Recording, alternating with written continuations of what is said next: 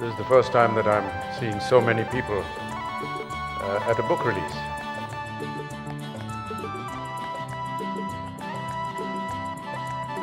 I've been such a huge fan of Mr. Bachchan.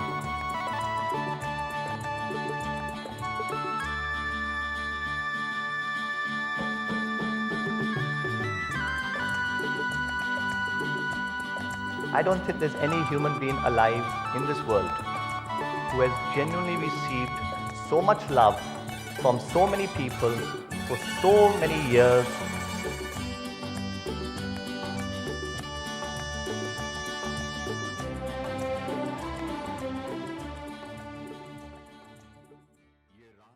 In keeping with the mission of Oceans to encourage research in the arts and creation of an educational framework in rebuilding cinematic culture, Mr. Bachchan and Mr. Tuli will be in conversation which will touch upon the role of archives, the role of Indian cinema, the relationship between the fine arts, poetry, music, dance.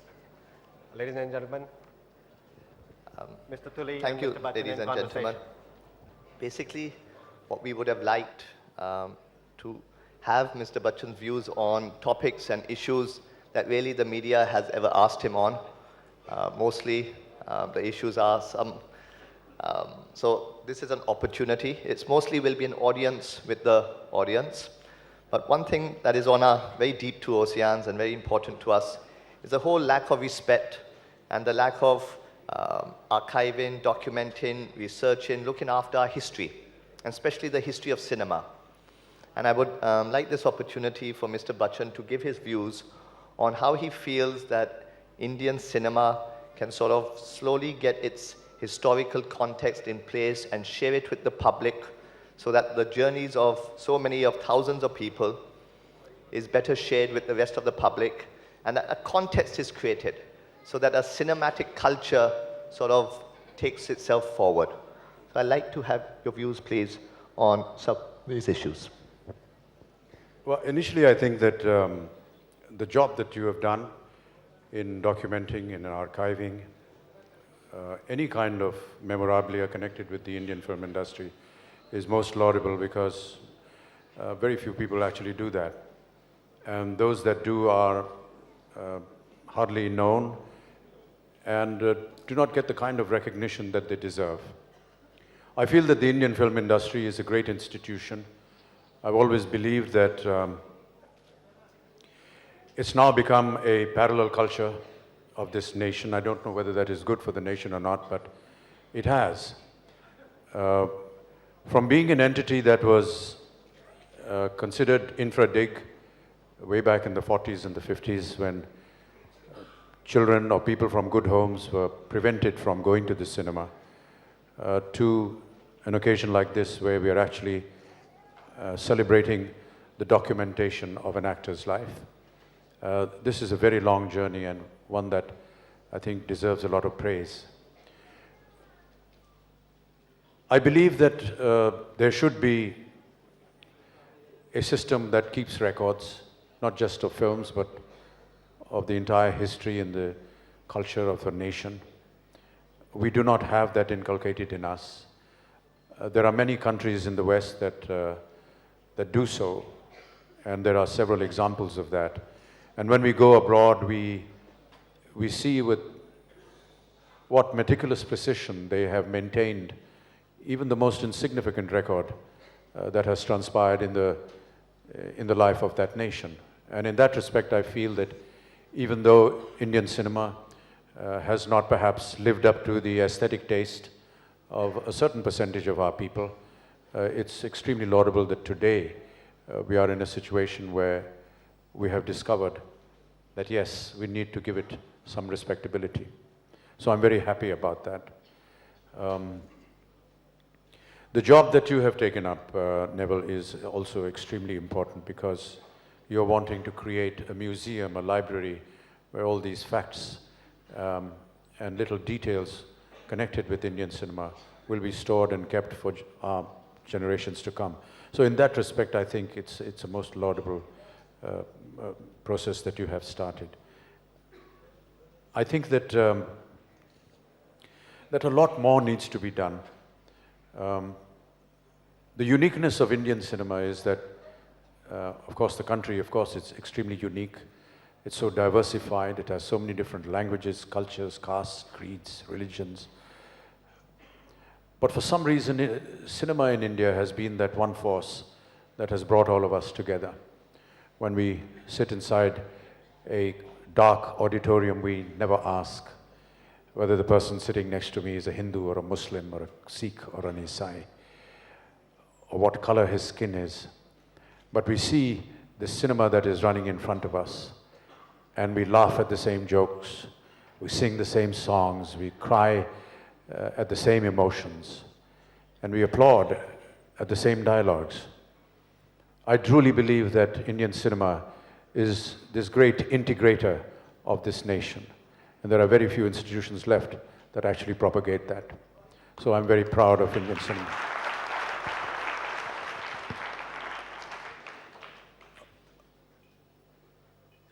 Not only does there need to be a focus on a particular language cinema. We are unique. We make films in so many different languages. And I think that the process of bringing the creativity that has been expressed in different languages and different cinemas all together under one roof would be an excellent idea. So Neville, if you are thinking in those lines, it would be wonderful to also get people from the southern part of this nation, from the eastern part of the nation, from the western part, of the northern part, and bring them all together under one roof and demonstrate the truly integral quality, the integrated quality that cinema has been exhibiting all these years. That's what I feel we should need to do. How about, you see, the problem really is with the youngsters, the patients. It is not something which is, institution builders don't become stars. It is not something in which the mind wants to focus its attention today. It's long, quiet, thankless job. How do you think we can inspire our youth into sort of giving more respect to this whole process of building the underbelly of the knowledge bases of our country, especially in cinema? I really don't have an answer for that. That's another unfortunate thing that stars have to face. When you become an actor of some prominence, suddenly you're supposed to have all the knowledge and answers for what's going wrong with the nation. You're supposed to have the intelligence to tell what the politicians should be doing or how they should be behaving. We are supposed to have the intelligence to work out the education policy of the country, what to do with terrorism. We are not that educated, and we certainly don't possess this kind of knowledge. I mean, I'm the same person that was, studying in school and college, and nobody asked me these questions then. So why would they want to know it now? I guess it's got something to do with the last row up there that, deals with TRPs. But I really do not have an answer how we can get the younger generation to take interest. I think the fact that they're going to see our cinema is one hell of a thing, because, it takes a lot to get them into our cinemas these days. I've been particularly not very successful in the past few years. So I'm the wrong person to be asking this, but perhaps Amir can answer this question, because he's had a long string of successes, one after the other. Okay. Well, how to get younger generation to commit themselves to protecting what you and me are involved in, cinema and creativity in cinema and memorabilia. And would you like to answer? Just, how can we get the youth more? I have no idea. When I do a film, I just react to it like an audience, and I hear a script which I like, and then I do it, and then I hope that people see it. That's it. Yeah. Well, fair enough.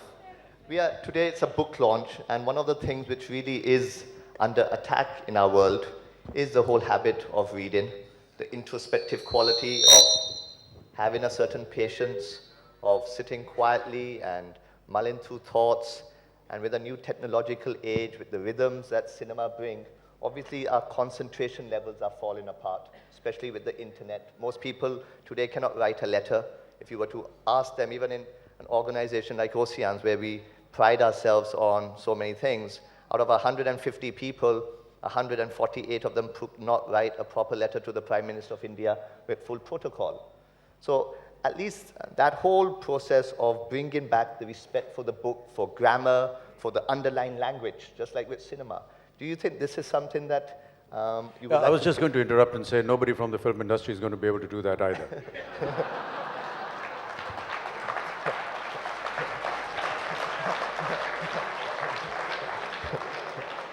So is this gone forever then?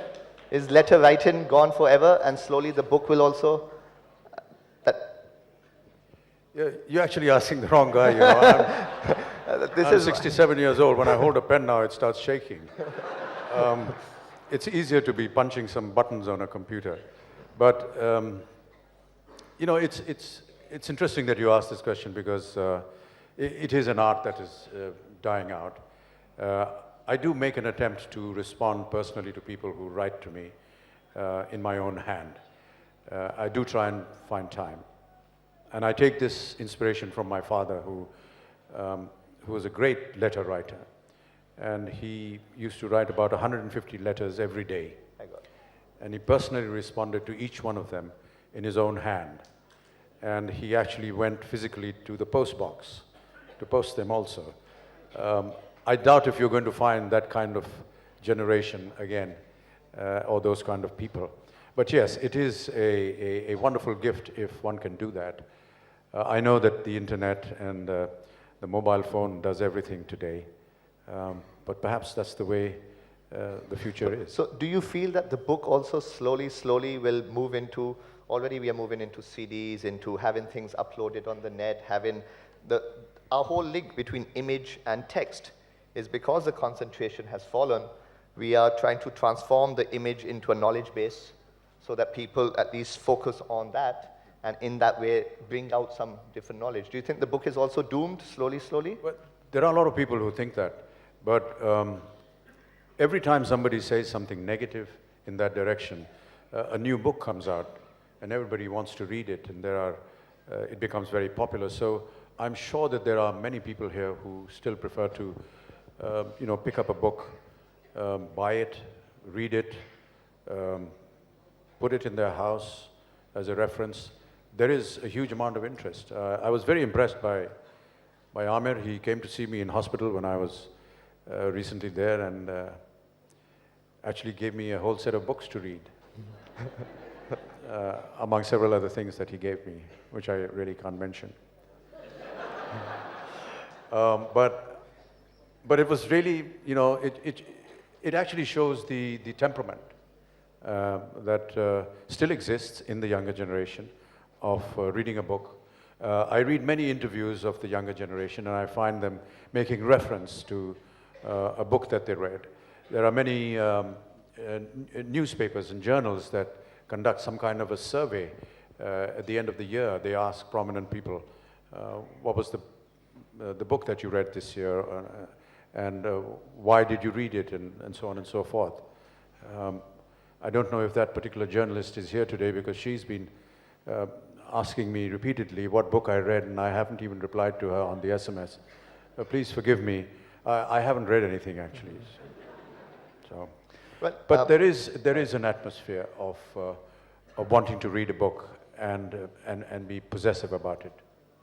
I wouldn't say that it is doomed. Okay.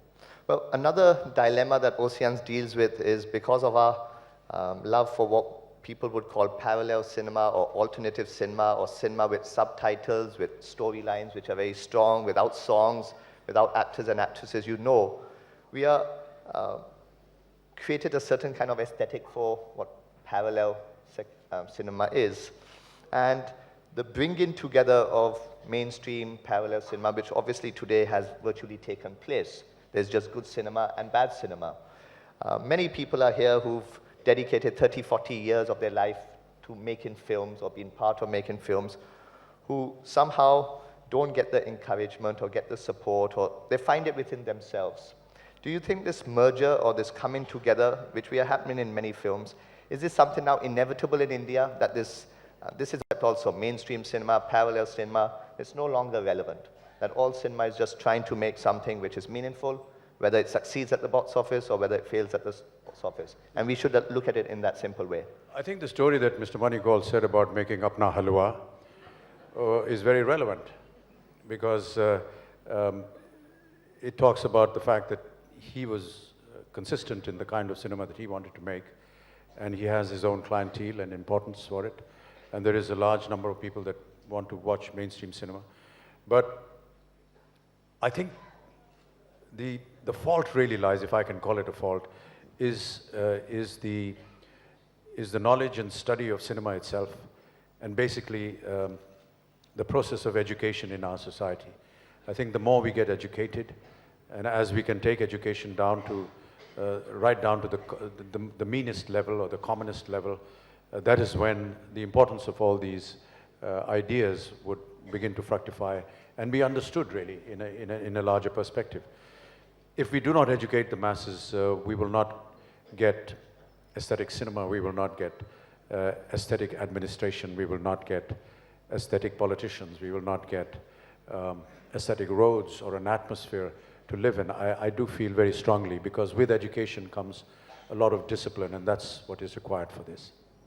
I'd like to ask the audience, for anyone who has any particular question which is focusing on these issues alone. No personal questions, nothing about box office, nothing like the usual things which all the media would normally ask about. Anything on education, on archiving, on history, on any things which... Yes. I'd like to ask Mr. Bachchan whether he thinks the films that he has been involved with are aesthetic or not.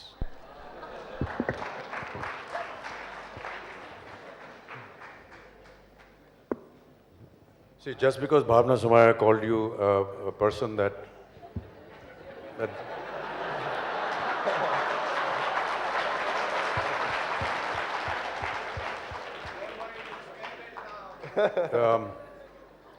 you don't have to start and making this a domestic issue. I would like to say that when I enroll myself as an actor in a project, I commit myself completely to that project. That is my reading of my professionalism as far as that project is concerned. The aesthetics, the longevity, the matrix for its success depends upon the person who's in charge of that project. I am not. That is a Rishikesh Mukherjee or a Prakash Mehra or a Manmohan Desai or an Adi Chopra or a Karan Johar. It is their view, it is their aesthetics, it is their idea, it is their concept of what that product should be. I have merely committed myself to that product. Yes, there are certain times when I have controlled myself from saying particular lines or behaving in a particular manner, in a particular shot. Those are my own personal aesthetics, and I would want the producer and the director to understand. I don't like kissing on screen. I don't like the usage of bad words. Certain moral beliefs that I have in my personal life, I don't feel like doing that on screen. But to get back to your question, according to me, the aesthetics is dependent upon the person that I'm working for. I have committed myself to him, and that's where my professionalism ends.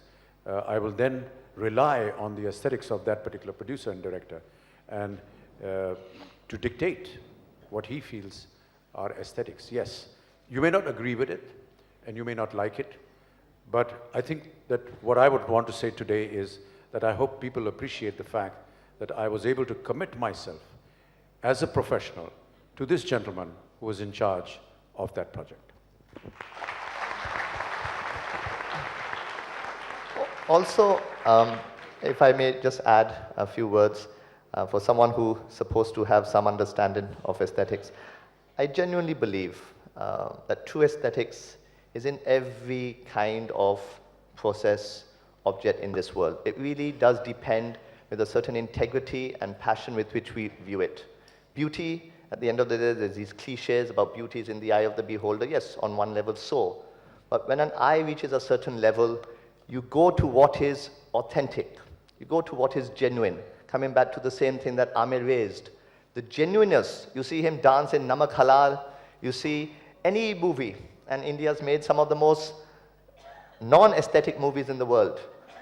But coming from an aesthetic individual, I find great joy, great aesthetic delight. I'd just like to add, I see my friend Mr. Ravi Chopra here. We made several films together, and one of the most successful films we did was a film called Bachchan, where we took up a very sensitive topic about children and their relationship with their parents. And it's how this elderly couple is almost mistreated and ill-treated by the children.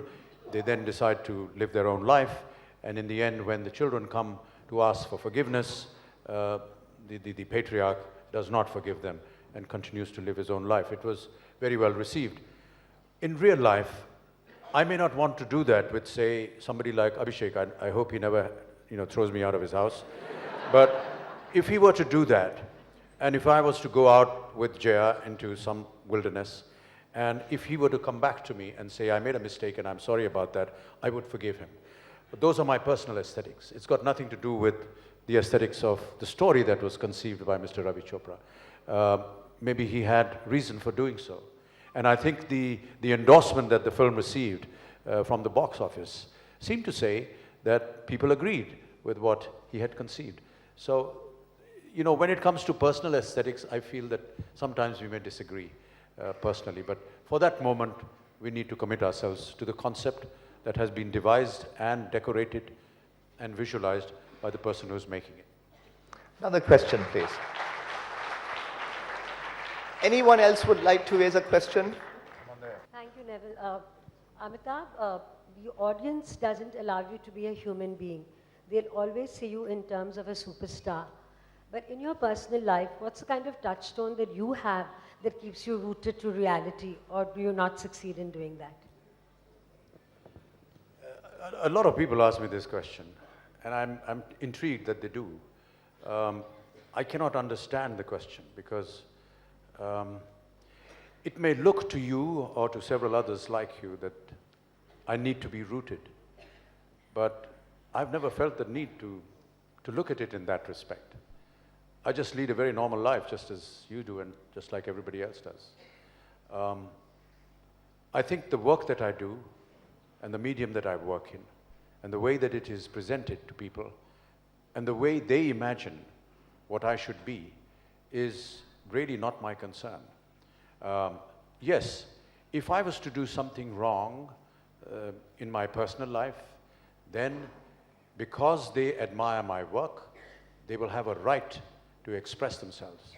If I'm going to be criticized or if I'm going to be called a traitor of the country because I'm involved in a Bofors scandal, albeit for the wrong reasons, then yes, you have reason to be upset with me because you have looked at me as an actor whom you admire, and therefore if I'm doing something wrong in my personal life, then I need to correct it.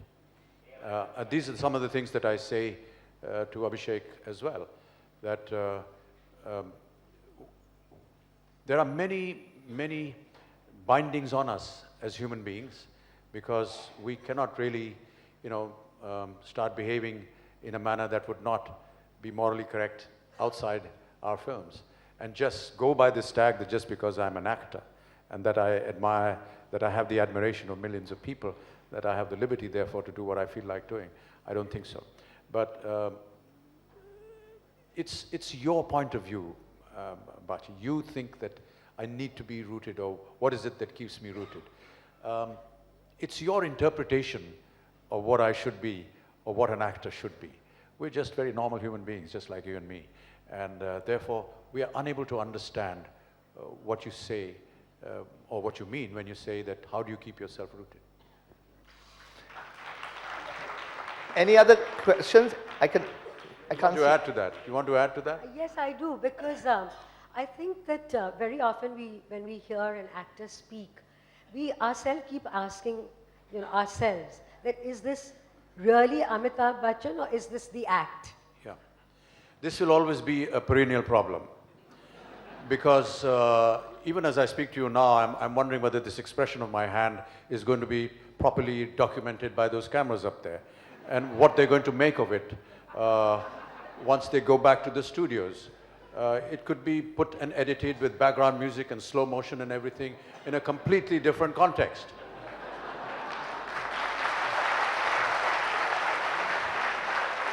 And now that you've asked me, I have to narrate this incident to you. We have a very prominent lyric writer called Mr. Sameer, whose father was also a very prominent writer, who did many films for me and wrote several lyrics for me. He completed 25 years, and he brought out a book, much like today, and invited Mr. Yash Chopra and me to come and inaugurate the book. We went to this function. Mr. Sameer was very grateful to both Mr. Yash Chopra and me. He talked about how his father had written lyrics for films that I was associated in, and how proud he was and privileged that his father's son, that is him, Sameer, was now writing lyrics for my son, Mr. Abhishek Bachchan. And then he looked towards the wings and he said, and they brought in a little baby of almost 8 months old, and he said, "This is my son. And I hope that one day he grows up and writes lyrics for Abhishek's son." I thought that, it was very cute and sweet of him to have said that. So in my speech, I said, "Thank you so much. And मैं चाहूँगा कि मैं जल्दी अब घर जाऊँ और अभिषेक से कहूँ कि जल्दी एक बेटा पैदा करे ताकि समीर साहब की जो मनोकामना है वो पूरी हो जाए." But this is not the end of the story. When I came back to my house, as is obvious, I put on the television to find out where I've been, what I've said. And when I put on the television, the headline was, "Amitabh Bachchan ko beta chahiye." Wait, it gets worse. Inko beti nahi chahiye, inko beta chahiye. This is discrimination against the female child. And I'll have you know, Bachi, that I'm in court now because an NGO organization in Delhi has taken me to court for wanting a grandson and not a granddaughter.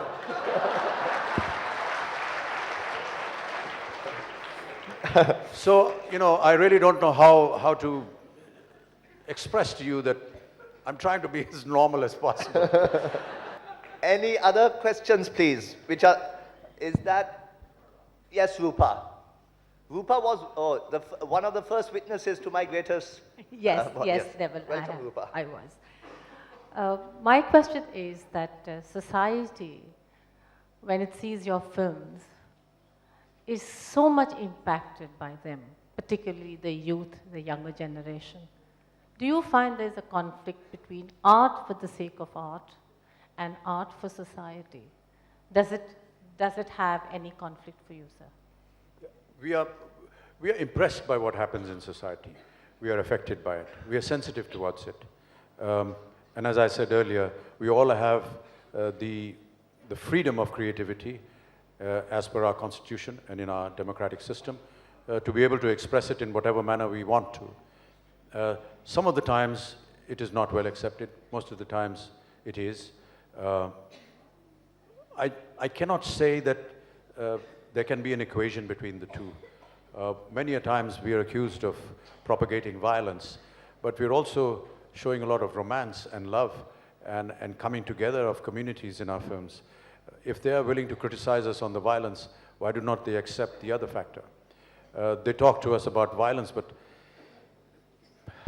the greatest violence in this country took place when this country was divided in two. And which film propagated that? I think one of the states that has the maximum number of violence is Bihar, and it has the fewest number of cinema theaters. These are some of the arguments that come to mind. We like to imbibe what we see in society and make it cinematically okay for people to go and see. I'm happy that some of you get impressed by it and want to follow by example. I think Amir made a wonderful film and set a beautiful example in Tare Zameen for example. But these are very rare occasions, and I'm not sure that, there are many who would want to repeat that. I did a film called Black, which talked about hope for a physically challenged human being. It gave hope, it gave strength to those that felt that they were outcasts in society. But does that really change the outlook of everyone that is hindered in this manner? I would want that to happen, but it actually does not. That is the tragedy. But I think that we should continue to make films. The beauty about Hindi cinema is that, you know, we get poetic justice in 3 hours. And, you know, you do justice in a lifetime or several lifetimes. That is the most attractive part of it. I used to ask my father what it was in Hindi cinema that is so attractive and why is it so popular. And he said, because you get poetic justice in 3 hours. I think I would like to go with that and not make it a lot more complicated. We do show at the end of our films that evil will get destroyed, that love will prevail, that goodness will prevail. I think these are the lessons that come through in all our films. We have no distinctions about caste or creed or religion in our films. Contrarily, we actually show people from a minority group having a position of great prominence in our stories. So I think that we make all these efforts. Isn't this the reason for great popularity of Indian film cinema? Because good does win over evil, and that's a very strong message for everyone. But that's, you know, that's the dichotomy. We make these films with wonderful messages, and millions of people go and watch them. But whether or not they will actually put that to practical use is not in our hands. It's almost correlated to the other question that the gentleman asked. I mean, you know, under normal circumstances, you know, if I would probably say, yes, I'll go and meet this guy. But having seen the carnage and the mercilessness and the ruthlessness of the whole incident, there is great repulsion. And what do you do? So how do you divide yourself as a human being and as an artist? One of the reasons that persuaded me to leave politics was this. I felt that for 30 years, I wooed the people of this nation and asked them to love me as an actor. And once I had them loving me as an actor, I said, hey, now you start loving my politics. And I felt that that was wrong. And I always narrate an incident where I was asked when I was a member of the Congress party to go and canvass for a candidate in the election in Assam. And we used to set off in a helicopter every day and used to go to various different places. And once we landed at a spot which wasn't really meant to be ours, it was actually the opposition's. And this was done by mistake. So everyone said, sir, I think it's going to get very nasty for you. Get back into the helicopter and take off as soon as possible. So we rushed back. And as we were getting in, a young boy from the crowd that had collected there broke the cordon, ran up to the helicopter, shoved his fist through the glass pane, broke it, caught my hand, gave me a piece of paper, and ran back. And when I took off, I read that note, and it said, sir, I'm a very big fan of yours, but please go back from here, leave Assam. I belong to the opposition party. It is tearing me to see you talking about a party that I oppose, because I'm a fan of yours. I think it was a most poignant story for me. I was very affected by that. During the election in Allahabad, there were divisions within the family. The women were voting for me, the men were voting for Mr. Bauguna. You know, if films can cause this divide, that's not something that I would be very happy with. Also, I felt that, you know, the earlier reason of, you know, just because you love me as an actor doesn't mean that you have to love my politics as well. I hope all of you enjoyed this occasion. Thank you very much. It's wonderful having all of you here. Outside, you'll see the book for the first time on the lecterns. Glance through it. I hope it brings joy. And I'm really thankful. I'm taking the role of the MC for all the attention and time and energy that Shri Bachchan ji, Amir Khan, Jaya ji, Abhishek, Aishwarya, Sweta, Amar Singh, all of you, esteemed clients, guests, friends, colleagues, thank you very much. Good night.